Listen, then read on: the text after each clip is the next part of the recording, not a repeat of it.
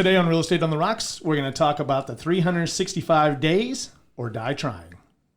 Welcome to Real Estate on the Rocks, where you get top shelf real estate conversations served straight up, never watered down.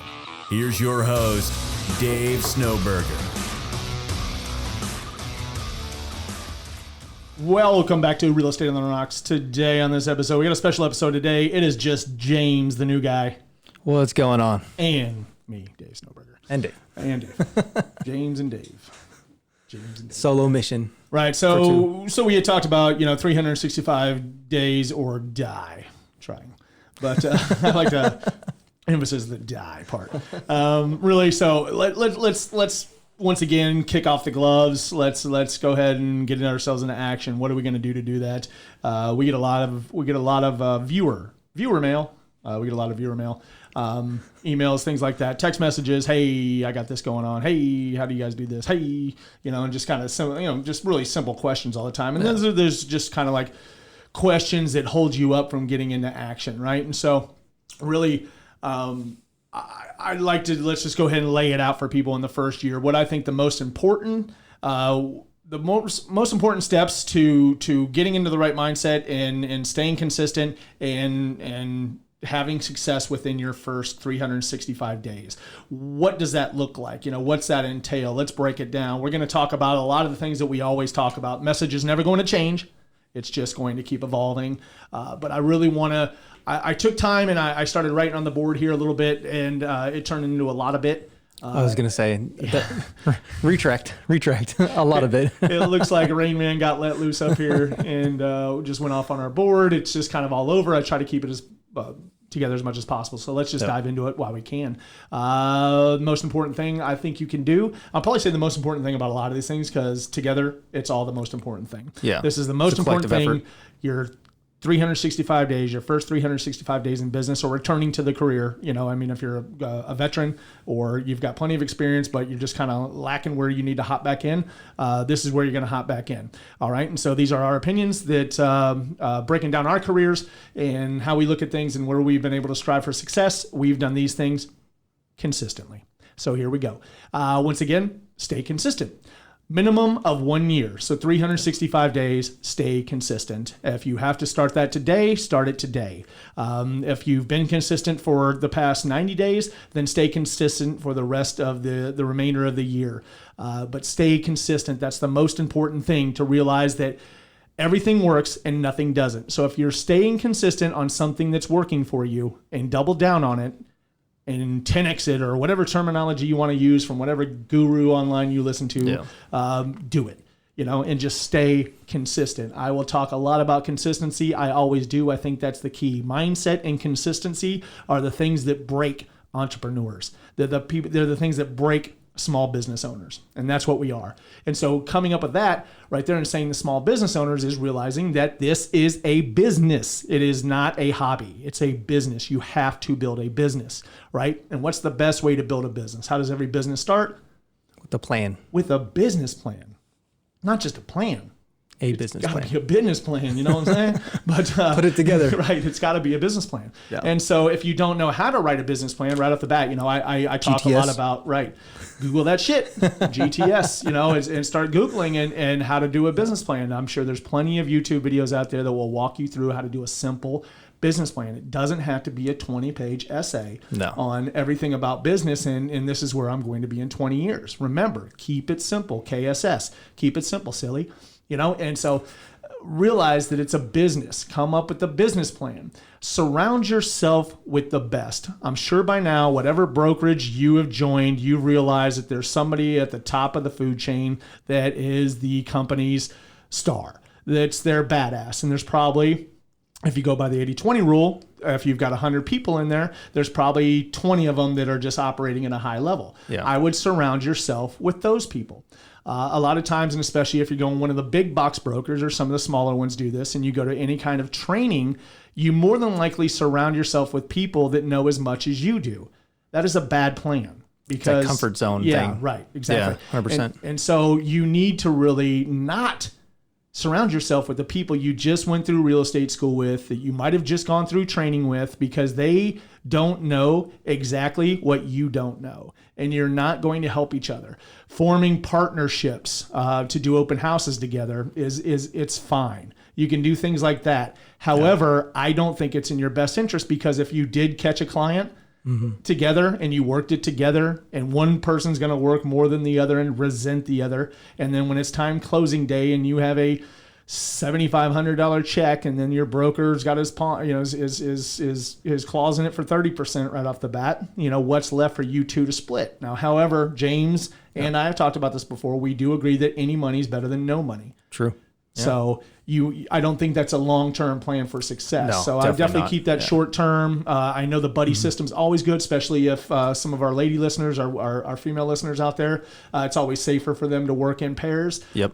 There's a lot of creeps out in the world. Why are you shaking your head, James? Because I keep getting stories of stuff on online, and actually one of the new agents, I don't know if you saw, she was asking about open houses. So I just dumped a ton of stuff that we always go over, getting a bunch of thumbs up or likes for what I was telling her. And several people were like, bring a partner, bring somebody to go with, be careful. It's dangerous out there. And it's like, absolutely. That sucks that's a reality, but it's it is still a reality these days, and you can't fight it. And you can think it sucks, but usually you just it's just an unfortunate adapt, pivot, reality. Overcome, whichever. Yep. Surround yourself with winners. Like I said, when you surround yourself with winners, the conversation is better when you're around the winners, right? Yeah. So they talk about winning. Typically, they talk about how they're getting listings or certain things that they're saying. You always want to be a fly on the wall around successful people. That's how I learned. If I wasn't able to get around them in person, I got around them on outlets such as YouTube and Facebook and videos. And there's plenty of people out there. The one thing that's great about the real estate agent or the real estate world is that it's an ego-driven business. And what do people that have egos like to talk about? Themselves. Exactly. Always I love themselves. talking about myself. I caught it last episode. Marshall was talking about himself in the third person. I was like, Marshall doesn't like to do that. I was like, what? Dope. Anyway, Marshall cracks me. Yeah, Marshall's on the road trip today. He sold a house down in Corpus Christi, so he's down there with a closing today, and it happened to fall on his daughter's birthday, so they're going to make a weekend of it. Oh, so even better. Nice. That's awesome. That's pretty nice. So by the time you're hearing this, it'll be Monday. But he'll be back. Yeah, he'll be back. He'll be back. So, the negativity, successful. I was going to bring up a little story about how when I got out of, I entered with a class of 20 to a broker here in Austin, Texas, right? And so they recruited about 20 of us, and they had orientation all the time, and they were bringing in a lot of agents, and that's when I figured out they were just throwing us all against the wall and seeing who stuck. Oh yeah, you don't learn the trick until you're in it, and then you see other people just flying on the wall. You're very dependent on your broker when you first get in because you don't know nothing. You're just unconsciously. But I got a license. I know everything. Yeah, right? And so you get into this whole thing and you don't know much, and so. But I did start to see that they had 3 different offices around town, and about 10 of those people that were in that orientation class went back out to the office where I was going to work, and then I surrounded myself with those folks, and we became kind of not necessarily at that time, I wasn't really masterminding, but we would talk about things and whatever else. And I started seeing that the conversations were turning more negative, and it was like there was 1 or 2 people in that group. And then I started finding out that I was one of those people too that was kind of being negative about people that were successful. Like, how's this person successful? How's this guy successful? Like, oh my God, how's this lady keep getting, listing after listing after listing, and just kind of like, she has no personality around the office. I mean, how does that work in her favor? Yep. And it comes down to like, I started being more negative, just like those guys. And that started to affect me. Dragged you down. Yeah, and as soon as I really had met somebody else, Steve Fole came into our office as the sales manager. I kind of surrounded myself with him, and I was able to break away from those other guys. They were still cool, and we still did things, but we were doing stupid things like going to movies during the day. Going to like Alamo Draft House and ordering food and hanging out there for a little while, and then go. I almost said jerk it off. We go jerking around. We go jerking around somewhere else, and just think we were doing, real estate stuff, and we weren't, And so as soon as I was able to break my habits of hanging out with them, I was able to get away from that and then start buckling down on the things that I had to do and surrounding myself with. By this time, I was finding out who sold more real estate, and who was the successful people in the office that I needed to sit around and get around. And so what I started doing was developing a routine. Right. So I think that's really important. So if you develop a morning routine, that's even better. If you win the morning, you win the day. I wake up rather early. I know James wakes up rather early. I'm sure thinks Marshall's right there with us. But most people I know right now in this real estate space or this entrepreneurial space is if you win the morning, you win the day. That's certainly important to me, and I give it a lot of it.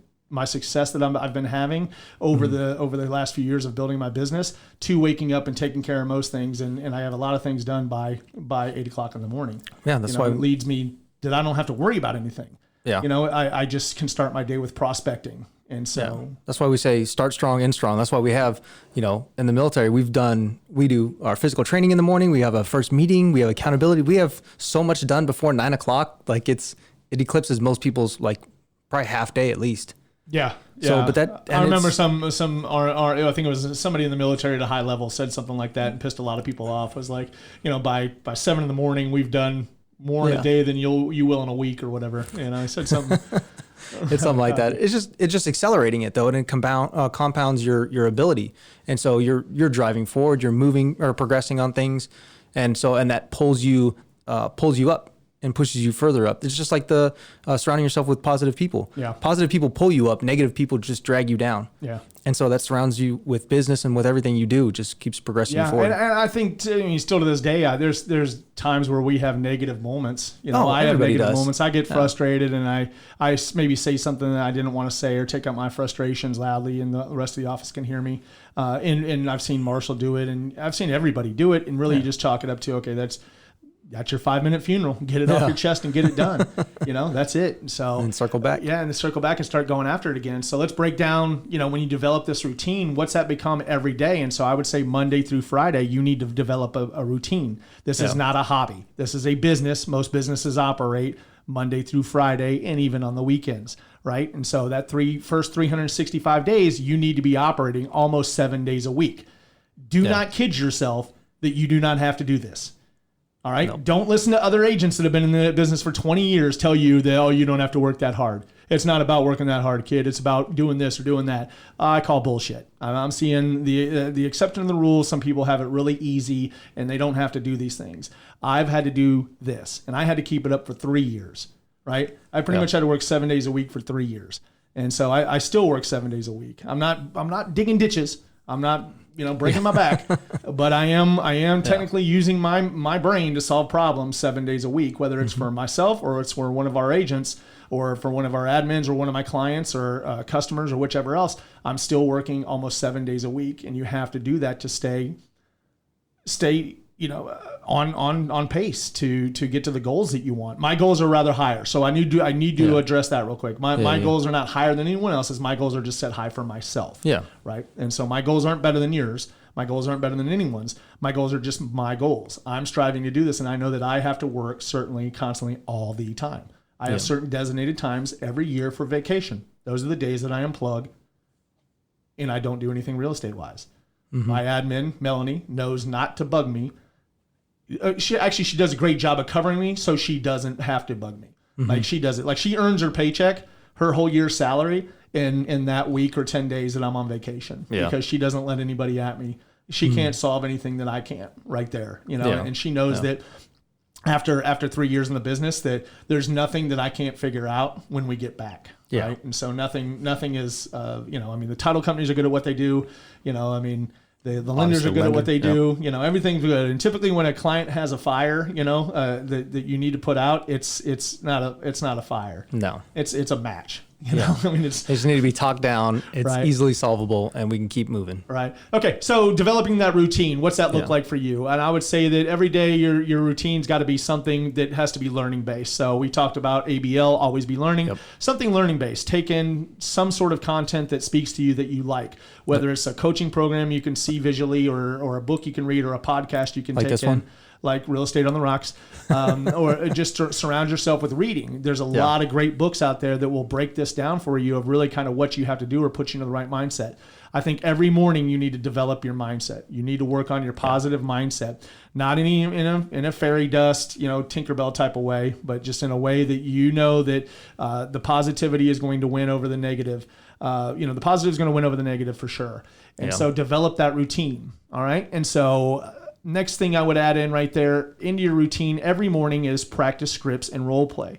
Start out by yourself at first, reading the scripts aloud, right? And so read them out loud and go over and internalize them. Take a walk around the block in the morning. You get in some exercise, some cardio while you're remembering your script. Take it with you in your hand. None of your neighbors will care that you're reading a piece of paper while you walk, right? And so taking those scripts, say them out loud, say them over and over and over again, say them 200 times until they're a little bit more comfortable. Then take on a scripts partner. Get with somebody. At first, it's going to seem rather silly to sit here and practice scripts and role play with people. However, what you're doing is you're just building your database in your brain of all your objection handlers, everything to say. And so when a potential client brings up any sort of any kind of objection, rejection, or asks questions, you can just reach into that database real quick and pull that out, right? And so that's called an objection handler. There's only so many objections that a seller or a buyer can have. I don't ever really trip across anything that's uber unique, super unique. And so really it's the same canned responses every time. And then you just internal those. And I'm sorry, is your alarm going off? Yeah, I'm sorry. It's all right. We're just keeping it professional over here. But, it's practice scripts and role play. And so typically in our job is the description of our job is to lead generate, lead follow up, go on appointments, negotiate contracts, and practice scripts and role play. I always like to put practice scripts and role play first. So practice scripts and role play, lead generate, then lead follow up. Right? Then you go on the appointments and then you negotiate more contracts. If you know your scripts and role play within the first 90 days, if you know what to say within the first 30, 60, 90 days, your career in 365 days is going to be a lot different than if you didn't do these things. Yeah. I can guarantee you that. All right. Next thing you do is an all-out assault on social media.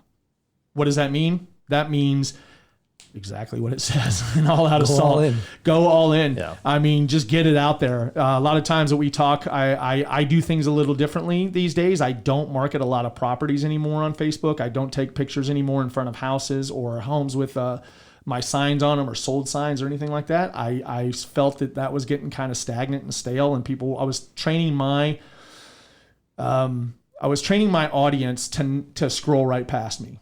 Right. And that I was posting the same old things and they couldn't tell one picture of a house from another. And it was the same thing constantly all the time because I'm using a lot of the same pictures. And I noticed my interactions start going down on them. Right. So I pulled back a lot on that and I started doing more unique content. Any videos from, I'd say anywhere from 8 seconds up to 8 minutes, I started doing videos. And even if they were walkthroughs, but it was an all out assault. When you have people telling you that they're seeing you too much on social media, that is a good thing. Do not take that as a bad thing. No. That is something, that is the goal to achieve, because the marketplace, exactly. The social media, the market is it's busy. It's loud. There's a lot of noise. And to break through it and actually get to somebody that's seeing you over and over again, that is the goal, because you're building top of mind awareness. And now that person's well aware that you sell real estate, right? They're well aware, and they're going to continue to be aware.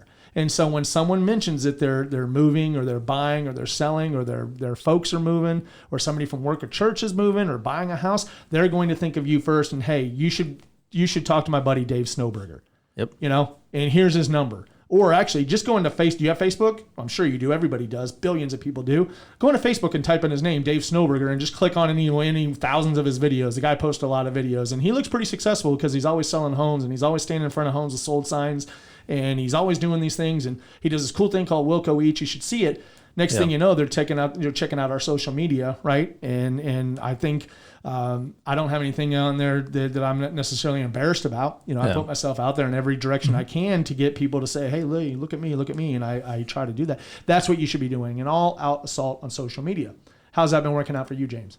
It's been growing. I've been more strategic about it and posting more consistently. I kind of slacked off for a bit and just focusing more on trying to have more conversations. And so I'm growing that out, and then we're also building the stuff for the team as well. So that's taken a lot of the time. But the best way to do that is have an idea of what you want to convey, and then constantly do that on the major platforms. Like obviously Facebook is one of the easiest ones. You can go live on there. You can just post relevant information about your area, which is the key to staying relevant, is connecting with people on things that they're interested in. That hopefully you are as well.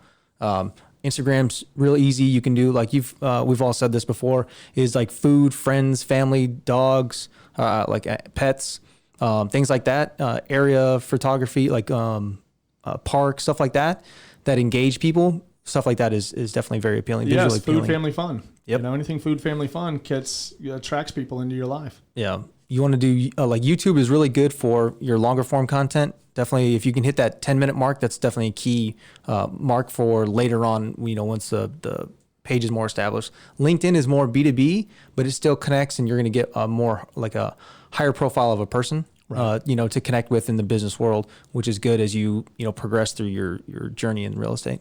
Yeah. Okay. So, and if you need more examples of what to do, really, just point yourself over at Facebook. Start there. Put in my name. Put in Dave Snowberger, and look what pops up for me. And some of the stuff that I post with photography gets a lot of engagement when I take photos of things. Yeah. Obviously, when we do Wilco Eats, I mean, that group's just gangbusters right now. If you need other examples out there, there's tons of people around. Just start putting in things like real estate video or just sold videos or things like that. Look at, our friends out at Whistle Realty in San Diego. Kyle Whistle and Brian Cosi have created something great out there. They share a lot of content. Yeah. They have a great podcast. They do tons of video. They've got a video for everything under the sun, and they're really coming from that space of just building agents up right now. And, there's RETV. That's Tim Macy and his crew. Brian Cosi's involved with that too, but you can go to there and start looking at all those videos. That's just real estate TV. That's they deemed it that way. They're coming up with some really cool stuff. I mean, Tim Macy's done some cool videos, and he did this one that will just blow you away where he hopped on a scooter. He's from San Antonio, so he hopped on one of those bird scooters and he went around. He got a burger, then I think he went to either got a snow cone or an ice cream cone or something like that.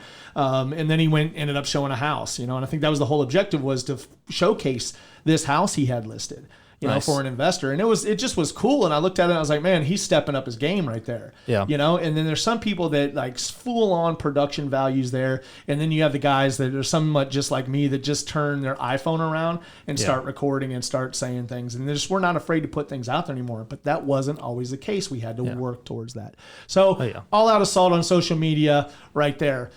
Then let's start working on your prospecting, right? So prospecting, once again, is a blanket statement, right? So now we can start doing open houses. Here's another way to do videos. Do videos about the open house you're about to have.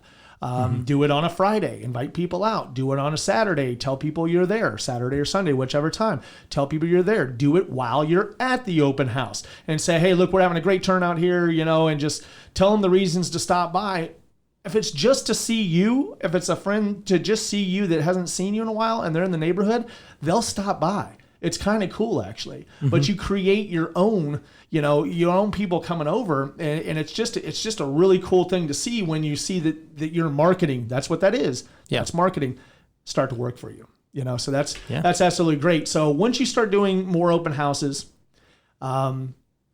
let's break into that real quick. So open houses, how to prospect during an open house. How you can help your prospecting is, if you don't have a database, this is a great way to create one. Yeah. You go right off the bat, open houses. You have a sign-up sheet. You fill out the sign-up sheet with kind of a dummy information, right? Yeah, so you just put down like, John Herbie Hancock, at 512-773-6461. Yeah. And, are you interested in buying a house, blah, blah, blah. Do you have an agent? Yes or no? They check no, fair game. If they have an agent, you'll learn the things to say to them at that time. Oh, what's your agent's name? Like there's got to be more qualifying questions. That just doesn't mean you're shut down, but more qualifying questions. Oh, great. What's your agent's name? That's a way better, we've talked about it, and a couple other agents that do script practice with and talk to, that's been a better success for them, that question, than are you working with an agent, and kind of dancing around, because people reflexively respond. But if you ask, oh, what's their name, then they'll respond either with the person's name or you can make your sign-up sheet say that. You can make your sign-up sheet say that. You can have it say, what is your agent's name? Yeah. And then, or I don't have an agent. you know, and just check that box. That works out a lot better. Because when I put people on the spot, they usually, Bill? Yeah. His name's Bill. Oh, yeah. What's Bill's last name? Oh, we just met him in another open house. Okay, so you haven't signed anything with him, so blah, blah, blah. So I can talk to you openly about this property. Yeah. Great, let's go. You know, here's a sheet. Yeah. You know, here's a sheet on a detailed information sheet about the house. Let's walk the house real quick, you know, and I'll stay out of your way. However, I'm going to be close by if you need any questions answered. Yeah. You know, and so you start doing that. So basically, those questions, everybody wants to know what those questions are. People are uber nervous about open houses. I'll tell you the easy way. Here's a pro tip. Who, what, where, why, when, right? Internalize that into your head. Jesus. You're killing me with this alarm over here, bro. Your haircut coming up or something? No. I just saw you post something on social media. It's just on Facebook. Anyway, who, what, where, why, when, right? So who, what, where, why, when. Say it to yourself 10,000 times over your head and over your head. That's the easiest script you can ever remember. Yep. Who, what, where, why, when. Who are you? What are you looking for? Where are you looking for it? Why are you looking for it? When are you looking to move? Boom. That becomes a lead that you get to put into your database. Now, that's exactly what we talk about, what a lead is. That is a decision-making adult that can buy or sell real estate is a lead.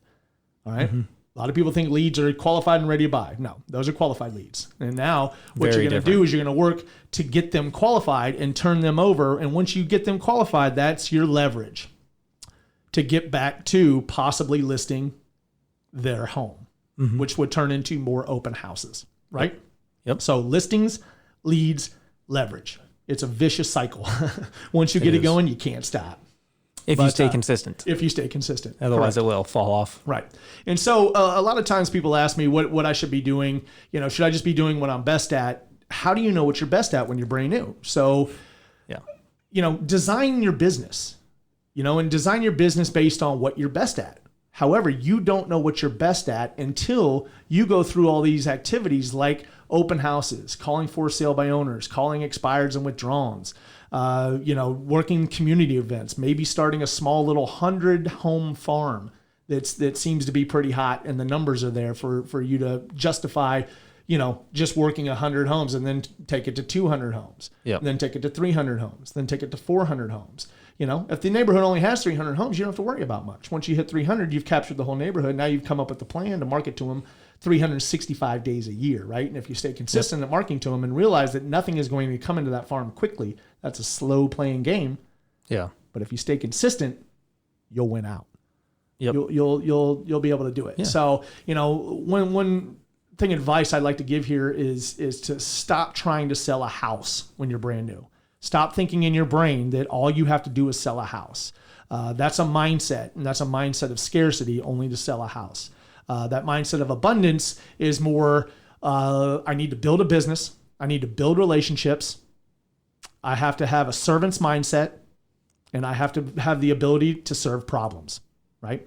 And then every time you meet somebody new, you interject how you can help that person.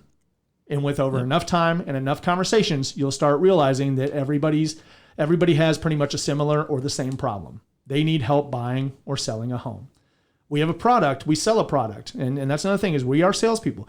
We sell a product, which are homes, which are properties, that everybody needs one. Yep. Everybody needs to live somewhere. Everybody needs a roof over their head. They need to buy, sell, or lease, right? Sellers typically need to sell.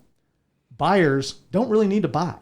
You ever find that the case? Yes. Unfortunately, they do all kinds of stuff. I actually just had an email from somebody who kind of dropped off, and what was it? It was a year ago. You know, I tried to touch base and kept checking in. Nothing. Finally got a message over a year later saying that she has to stay for child's school, but she'll be moving. She'd like to move next in year. Yeah, about a year after finishing school. That was last year or this is now? No, a year from now. Oh, wow. I was like, dang. Well, stay on touch with it. You're still going to be in the business, right? Oh, yeah. So, but that's what I'm saying. Like, that was a buyer from well over a year ago that didn't buy. So just kept pushing back. So there's tons of reasons why. Certainly, yeah. Get a job. We've had some where they're leaving. They're moving on to something else in a different area. And then they got a job and they're like, okay, just kidding. We're staying here. Yeah. You talking about sellers or buyers? Oh, that one was a seller. Yeah, sellers always typically have to sell. Yeah. You know, whether they're upgrading, downgrading, you know, upsizing, downsizing, they got a job promotion, they got fired. There's so many reasons why people have to sell. And typically, if anybody's contacting you to sell, they typically have to sell. Buyers, on the other hand, just like we were saying, they can change their mind at any time. Just consider leasing. We do a lot of out of state clients that want to come here a lot and seem to throw in the towel right away because Austin's so big and so diverse and there's so many cool areas that they say, I'm going to wait a year. I'm going to go ahead and let's lease something first and I'm going to wait a year. And my response to that always was like, okay. When I had no experience, now I'm a little bit more experienced. It's like, hey, let me show you something real quick. Let me show you something how year after year, property values in Austin, Texas have gone up. And even in the downturn, property values were going up. Yeah. We haven't lost money in real estate since 1983 in Austin, Texas, and so that's crazy. If your home goes up, if you decide to live in a 24-month rental, or if you bought a house right now, and you did 2 years and it went up 10%, it's $300,000. That's $30,000 that you're losing out on. Versus if you're paying, $20,000 worth of rent a year, $2,000 rent, say you have $2,000 mortgage, that's $24,000, right? That's $48,000 in 2 years you're out of pocket. So in 2 years you could have made $30K, or you can give up 48. And so a lot of times that works. And it's like, hey man, and also the thing is if you just absolutely hate your house or whatever else, I'll sell it for free. And really that's been that guarantee. That's that permission people need to buy. Yeah. You know what? You're right. I'm going to go ahead and buy. And if I don't love this area, which I'm certain you will, because I wouldn't tell you about this area. I wouldn't have brought you to this area if I didn't think it was a great fit for you. Yeah. I just recently had a client from California that I got from a referral. I work all referrals, by myself. I mean, I don't hand those off to the team because that's important to me. And so I went and worked this referral, and they wanted a certain area, and I didn't think it was the coolest area for them to be. They were talking about what they wanted. They want to be a little bit closer to their work, everything else. And I'm like, dude, this is nowhere near your job. Like, what are you talking about? I was like, you need to look over here on this side of town, and I'll send you homes. I'll send you the homes that you want to see. Yeah. And I'm going to add another search and send you these. And I mean, within 48 hours, we had another house where I thought would be a great fit for them, closer to their job, closer to more activities that they want to do, and everything like that. Within 48 hours, I had them under contract, And so brand new build, whatever else. And I made them the same guarantee. If you hate it, you don't like it, in a year or two, I'll sell it for free, And I've had nobody ever take me up on that offer. Yeah. So, it's hard to find a place that you don't like. And I mean, we're really lucky. The greater Austin area is great pretty much anywhere you go. And there's so much new development. Like we're up north, they're just putting in a new whole multiplex mixed use place and right now it's farmland. Yeah. So there's a lot of good options. Everything around Austin used to be farmland. True. I've lived here all my life and I've seen it just grow up. Little baby Austin, all grown up now. All right. So the last bit of advice I'll give you is to know your product. Stop looking inexperienced. Right? These people look to you as whether you just got your license or you've been in the business for 10 or 20 years. Know what you're talking about. Know your product. Know the market. Know the upgrades and finish outs, know the lot sizes, know the restrictions for those particular neighborhoods, know about the HOA. I'm not saying you have to read the whole CCRs, but know something particular about the HOA that might be a concern to them. Right now I know they're trying to pass, HOAs are trying to pass rules about firearms. I know HOAs are trying to pass rules about dogs, saying that aggressive breeds can't be in. There's certain people that say you can't have more than 2 dogs in your neighborhood. I have 4 dogs. I have 2 big dogs and 2 little small dogs that don't count, that weigh less than 5 pounds, And so, but the 2 big dogs, like they're saying in our neighborhood, you can't have more than 4 dogs. If I wanted to get another dog, no one's really going to stop me. Yeah. But the HOA might say that. And so a lot of people like to follow the rules. I don't. So know the restrictions, know the HOA a little bit about it, know the builders, know the certain builders in certain areas and what upgrades and finish outs they have. Know what incentives they have. Know the inventory. Just know what you're doing. You're running a business, right? And so you're running a business where people have to trust you. and to make decisions for them, not just write the contract. Those are little problems that they can't do by themselves. They can't let themselves in. They can't write their own contracts, and they don't really know the process through title or do things with the lender. So you need to know all these things. I wouldn't know a bunch about the lending side, and I wouldn't know a bunch about the title side. I would always put those off because those are professionals at work in their business. And lenders and title folks usually never step on your feet as the salesperson, right? As the realtor, they never come back on you. So don't encroach on their space either. And you definitely don't want to be wrong about something that you're not an expert on. Yep. That just makes you look always bad. Default to them. Yeah. So, all right, just 365 or die. That was the thing today. We miss anything else? No, I think, focus. Yeah, I mean, so that just goes up with stay consistent, is focus, follow one course until successful. However, I don't think anybody's going to know their one course until they try a bunch of different things. Yeah. And then they're going to start winning out by seeing what they're successful at. And then that's when you double down on it, triple down on it, 10x it, like I said, however you want to. Your one course is exploring the avenues of real estate and in your profession and building out what you gravitate towards and what you what you have the most success in. And then just continue to do that until you refine it. Absolutely. I mean, you just have to dig deep in this stuff, and you have to get going. You have to put yourself in action. I mean, it's either, if you don't kill, you don't eat. That's kind of a pretty aggressive statement. However, pretty accurate statement. Yeah. If you don't kill, you don't eat. So if you don't go out and prospect every day, if you don't know how to learn how to do these things, and like I said, take some advice now. And this is probably the best pro tip I can give you.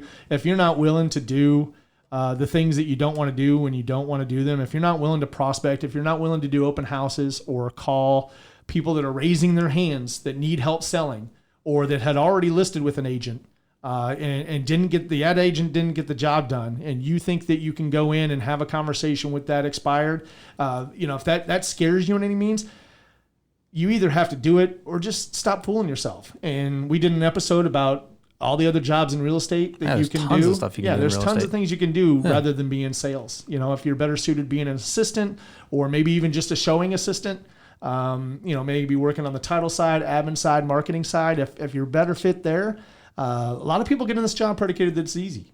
Mm-hmm. They really do. I did. It seems easy from the outside. Yeah. I mean, the job is easy. It's simple. Yeah. It's simple. Yeah. It's not easy. Right. Yep. And so that's what, excuse me, that's what I always push is that it's simple. It's not easy. And the plan for success is that you stay consistent. You come up with a business plan, you stay consistent, and you execute. And you want this. You and I had a conversation the other day. We're always getting real lately on the mics, but you and I had a conversation the other day that, you basically just need to go in there, shut that office door, and start cranking out phone calls. Yep. Well, I don't know. That's not it's not adaptive to my personality. Okay. Well, then go do what's adaptive to your personality and hide in the corner.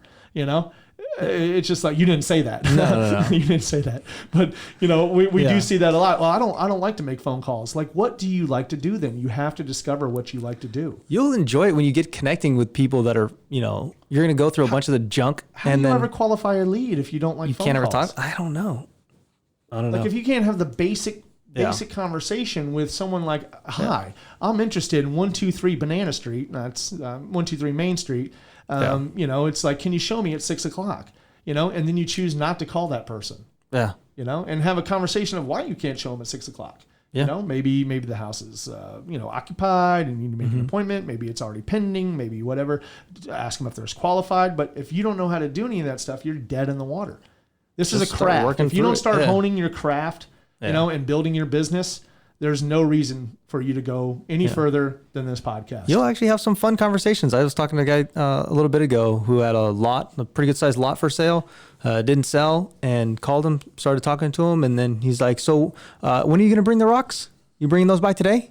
And trying to find out like when I'm delivering them. I'm like, no. I was like, I have some clients that are interested in some land. He thought you were bringing rocks. And he's like, you're not bringing rocks? I was like, no. I know I have clients. I'm trying to find some land for them. We get, we do a lot of farm and ranch and people want to build. So I'm just trying to find some land for clients. He's like, oh yeah, I'm not interested in selling. Okay, cool. I was like, thanks. Have a nice day. All right. So but fun. It just breaks it up. I mean, I got a bunch of no's today. Some funny conversations, and just be on to the next ones. Dude, whenever I get off the phone, like nobody I don't like calling, however, I have to, right? Yeah. So I have to do my follow-ups. I have to reach out to people. I have to reach out to my database. I send things, text all the time to my database, or I turn the phone around and do a quick less than 20-second video, hey, this is Dave, just want to see how you were, blah, blah, blah, blah, blah. Yeah. And that wins right there. I get so many, my response rates are so much higher. My text rates are so much higher. If you're more comfortable texting, realize texting you can certainly do, but there will be a point in time you can't run a whole transaction through text. You know, and I know there's agents out there that have done it. So if they're listening to the podcast, they're like, "Oh, I can." You're the exception. You are not the rule. You are not the rule, and more than likely, your clients, I will almost guarantee, have been frustrated with you that you never picked up the phone and all you did was text. James is sitting here, more than likely in the back of it saying, well, not if their clients just like to text and don't like to be on the phone. I get it. I get it. Yeah, nobody wants to talk to anybody these days. I get it. However, I think that's still the exception. Yeah, definitely. It's not the rule. The rule is conversations, human to human, belly to belly, face to face conversations still work. That's the highest. That's the highest return rate you can get in this business is making relationships and belly to belly, face to face, and getting people to know you, like you, trust you. That's what this is all about. Yep. So in summary, stay consistent. Give it a year. Give it 365 days of pure consistency. Stay at it. Nothing works. Everything works. Nothing doesn't. If you're doing nothing, it's not going to work. If you're doing everything, something in there is going to work for you. Right? Just double down, triple down, 10x, whatever you're going to do. Realize it's a business. Barrel down on that. Just you got to go hard on that it's a business. Come up with your business plan and start executing. Surround yourself with the best. Winners' conversations are always better. Surround yourself with winners. Take them for a cup of coffee. Ask them things. You don't have a listing presentation? Ask somebody that's got a kick-ass listing presentation if you can have it. If they say no, move on to the next person. And keep asking until someone says yes. If you need our listing presentation, info@realestateontherocks.com. I will give it to you. I will give you my award-winning. I don't think it's award. I've won awards because of it. I've won awards because I've done so many sales. How's that? Yeah. I don't see the actual presentation hasn't won an award. Majority of high producing agents don't care. Like, why would they not give it to you? It's not like you can present at their level anyway. So the only competition in this business is myself. Yeah. That's it. Even agents in our old office, I could ask them for anything and they'd gladly give it. And all of them would pretty much have said, like, you take it, but you better hope you go in there before me. Cause if not, it's done. There's no way you're beating me in competition. So those were like, and you can give the same presentation. I always say that stuff too. Like I'll crush that. I'm going against this person, blah, blah. Like I'll crush them like a bug, just kind of, it's just my fun way of thinking that I like competition. I'm going to go in there and sell myself. And at the end, if I sell myself and I did the job and like and trust me, you're going to sign on the dotted line, and I always make that offer, we still want to talk to the two other people. I feel bad that we booked an appointment. I was like, well, I can give them a call if you'd like and tell them you listed with me, and like, oh, you don't mind? You can do that for me? And I'm like, oh, that backfired. Well, no, I've actually had to do it. It's super uncomfortable that you have to do that. So, but careful what you promise. It is what you have to do. So I just, in a sense, lost 1 to I would say, some direct competition of mine, and somebody with just as big a size ego as mine, right? Mm-hmm. So I can certainly feel that they're gloating on the side knowing that they got it. However, I go back and look at the listing and it's dated, it's overpriced. They did everything they could just to win it, I'm sure, because I was the other listing agent, and they said what they had to say to get it. Now they got it, so I hope they can sell it, and live up to their side of it. However, I wouldn't have taken it for that price, and I certainly would have asked them to, at that price point of close to $1 million, to do some certain upgrades and change some things around so you can bring that money in that you're really wanting from this property. Because all we're going to do now is negotiate down. We're not negotiating up on this place. Yeah, And so, that happens. And I'll look for a buyer for them. If I've got a buyer in my buyer pool, at that $900 $1 million range, then certainly I'll take it over there. I'd still, I'm definitely not prideful enough to blow an opportunity like that. And I stayed cool with the person, even though they listed with somebody else. I'm going to stay cool with them. And if that other person can't sell it, that's when I come in and I say, hey, look, you should have started here. This is where I believe. This is what I told you the first time. It looks like you you were able to get what you said you wanted for the property. That other agent agreed with you. And said, okay, I can do that. I'm like, dude, part of the business. Yeah, that's an uphill battle on that one. So I wish them well. I hope they do well with that one and they get it sold. If not, they're going to call me. Yep. And so who will be laughing then? Me.